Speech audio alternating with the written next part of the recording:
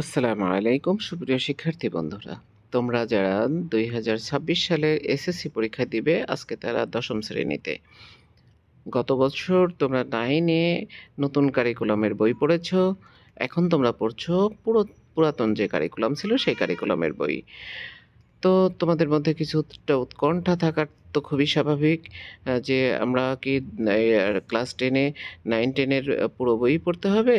নাকি শুধু 10 এর অংশটুকু পড়তে হবে? অভিভাবকদের মধ্যেও এই উৎকণ্ঠা বিরাজিত।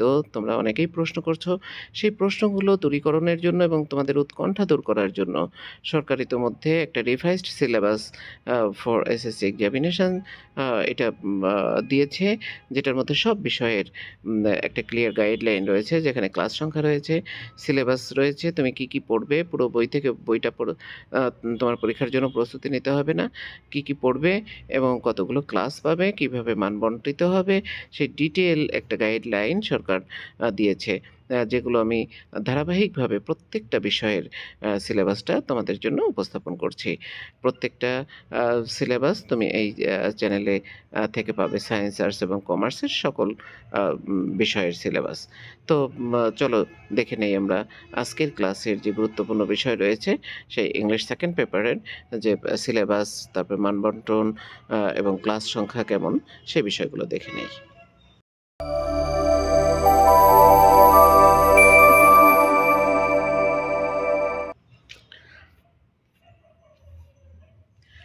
বন্ধুরা দেখো, এখানে লেখা রয়েছে revised syllabus for SSC examination 2026 English second paper. তো এখানে যে 5টি কলাম রয়েছে। প্রথম কলামটাতে রয়েছে গ্রামার, রাইটিং আইটেমস, তারপরে রয়েছে কন্টেন্টস, তারপরে রয়েছে হলো যে পিরিয়ড অর্থাৎ ক্লাস সংখ্যা।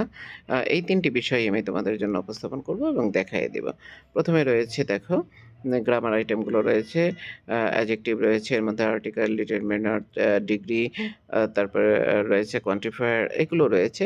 এখানে তুমি 6টি ক্লাস পাবে। তারপরে রয়েছে ভার্ব অ্যান্ড টেন্সেস। তো এখানে রয়েছে regular, irregular verb, be verb, finite verb, তারপরে রয়েছে ট্রানজিটিভ ভার্ব, তারপরে রয়েছে জেন্ডার, জেরান্ড, তারপরে রয়েছে পার্টিসিপল, তারপরে রয়েছে মডেলস। এই বিষয়গুলোর উপরে তুমি 8টি ক্লাস পাবে। এরপরে রয়েছে দেখো অ্যাডভার্বিয়ালস। তো এখানে তুমি 3টা ক্লাস পাবে। তারপরে রয়েছে প্রিপজিশন, এখানে 3টা ক্লাস পাবে। সেন্টেন্সেস, এখানে তুমি 10টি ক্লাস পাবে, যার মধ্যে অনেকগুলো ইম্পর্টেন্ট বিষয় রয়েছে, অর্থাৎ ট্রান্সফরমেশন অফ সেন্টেন্স, এখানে এই আইটেমটা আছে। তারপরে ডাবলএস কোশ্চেন আছে, ট্যাগ কোশ্চেন আছে, তারপরে পাংচুয়েশন, ক্যাপিটালাইজেশন আছে। এই বিষয়গুলো রয়েছে, যার জন্য তুমি 10টি ক্লাস পাবে। এরপরে রয়েছে রাইটিং পার্ট।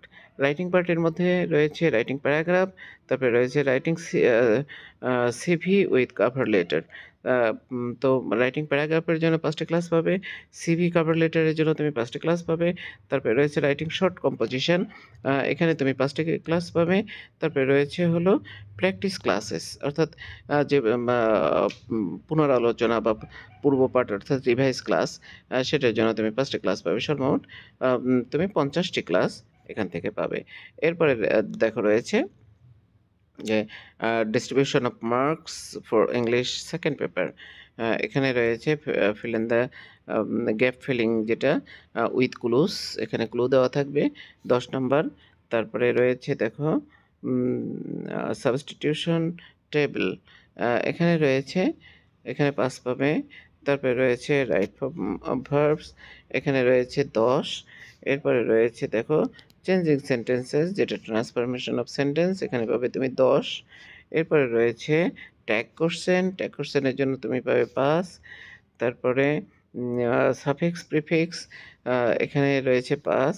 তারপরে রয়েছে প্রিপজিশন, এর জন্য রয়েছে 5। তারপরে রয়েছে কানেক্টরস অর লিঙ্কিং ওয়ার্ডস, এর জন্য রয়েছে 5। তারপরে রয়েছে পাংচুয়েশন ক্যাপিটালাইজেশন, এর জন্য রয়েছে 5। এরপরে রয়েছে পার্ট বিতে রাইটিং 40। এই রাইটিং 40-র মধ্যে রয়েছে রাইটিং প্যারাগ্রাফ, তারপরে রয়েছে writing email or letter application, তারপরে রয়েছে রাইটিং শর্ট কম্পোজিশন। এগুলোর জন্য প্রত্যেকটার জন্য 10টি এবং 20টি ক্লাস রয়েছে। সর্বমোট ইংলিশ সেকেন্ড পেপারে তুমি ১০০টি ক্লাস পাবে, সর্বোচ্চ ক্লাস ১০০টি ক্লাস পাবে এবং এই ১০০টি ক্লাসের মধ্যে তোমাকে প্রস্তুতি নিতে হবে যে তুমি এই পরীক্ষাটা তোমার কেমন হবে সেটা তুমি নির্ধারণ করবে। কারণ তোমার এই প্রস্তুতি নির্ধারণ করবে যে তুমি কেমন রেজাল্ট করবে। তো এভাবে যদি আমরা এই সিলেবাস ফলো করি, আ সরকার প্রণীত এই সিলেবাস ফলো করি, তাহলে অবশ্যই আমাদের সময়টা নষ্ট করব না আমরা। কারণ আমরা তখন বুঝবো যে কত বেশি আমাদেরকে পড়তে হবে।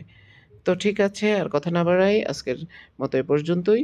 যেকোনো সাবজেক্টের সিলেবাস, সাজেশন, মানবন্টন দেখতে ক্লিক করো তোমার মজার ক্লাসে। সবাইকে ধন্যবাদ। ভালো থাকো। আল্লাহ হাফেজ। আসসালামু আলাইকুম।